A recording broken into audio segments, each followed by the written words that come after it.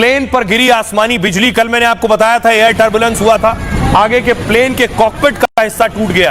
ये air turbulence की तस्वीर दिखा रहा हूं, अगली तस्वीर दिखाइए जरा, दूसरी तस्वीर, ग्रिड हटाइए प्लीज।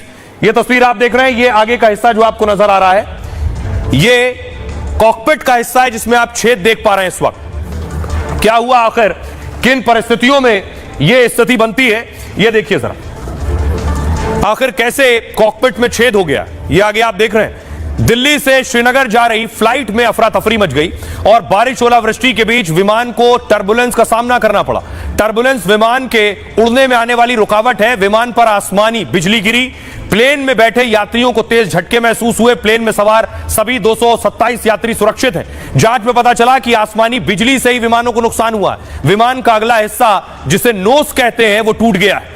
इंडिगो ने जांच के लिए विमान को उड़ान से हटा दिया है और विमान पर जब बिजली गिरती है तो वो विमान की बाहरी सतह तक ही सीमित रहती है। बाहरी परत को एक खास कोटिंग से बनाया जाता है और जिसमें बिजली एक छोर से होते हुए दूसरे छोर तक निकल जाती है। आसमानी बिजली का असर विमान की सतह तक रहता है, विमान के भीतर बिजली का कोई असर नहीं दिखता है।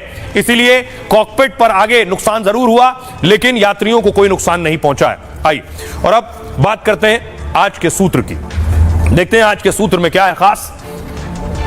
खुश रहना बहुत सरल है लेकिन सरल होना बहुत कठिन है। जिंदगी का यह सूत्र दिया था गुरुदेव रविंद्रनाथ टैगोर ने।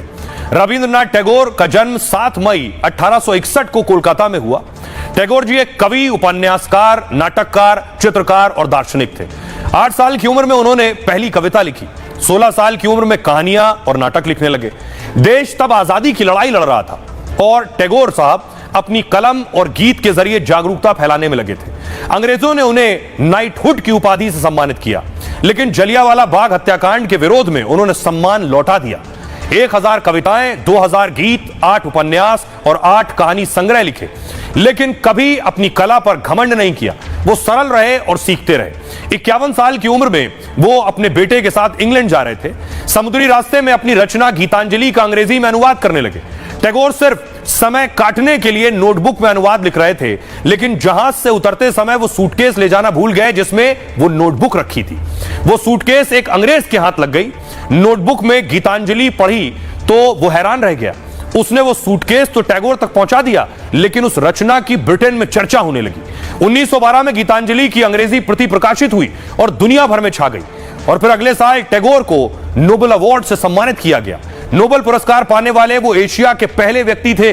भारत और बांग्लादेश दोनों का राष्ट्रगान भी टैगोर साहब ने लिखा और इतनी कामयाबियों के बाद भी वो सहज और सरल बने रहे। टैगोर ने सूत्र दिया, जब हम विनम्र और सरल होते हैं तो महानता और कामयाबी के सबसे करीब होते हैं। बहरहाल ये भारत की बात है, मैं इतना ही। आप अपना और अपनों का बहुत बहुत ख्याल रखिए। रुक रहे हैं ब्रेक के लिए। यह है अमेरिका का डिफेंस सिस्टम, इसका नाम है गोल्डन डोम। इजराइल वाला था आयरन डोम, ये आप देख रहे हैं ऊपर एक गोल्ड की लेयर आपको दिखाई दे रही है। इस तरह से पूरे अमेरिका की रक्षा सुरक्षा प्रणाली होगी।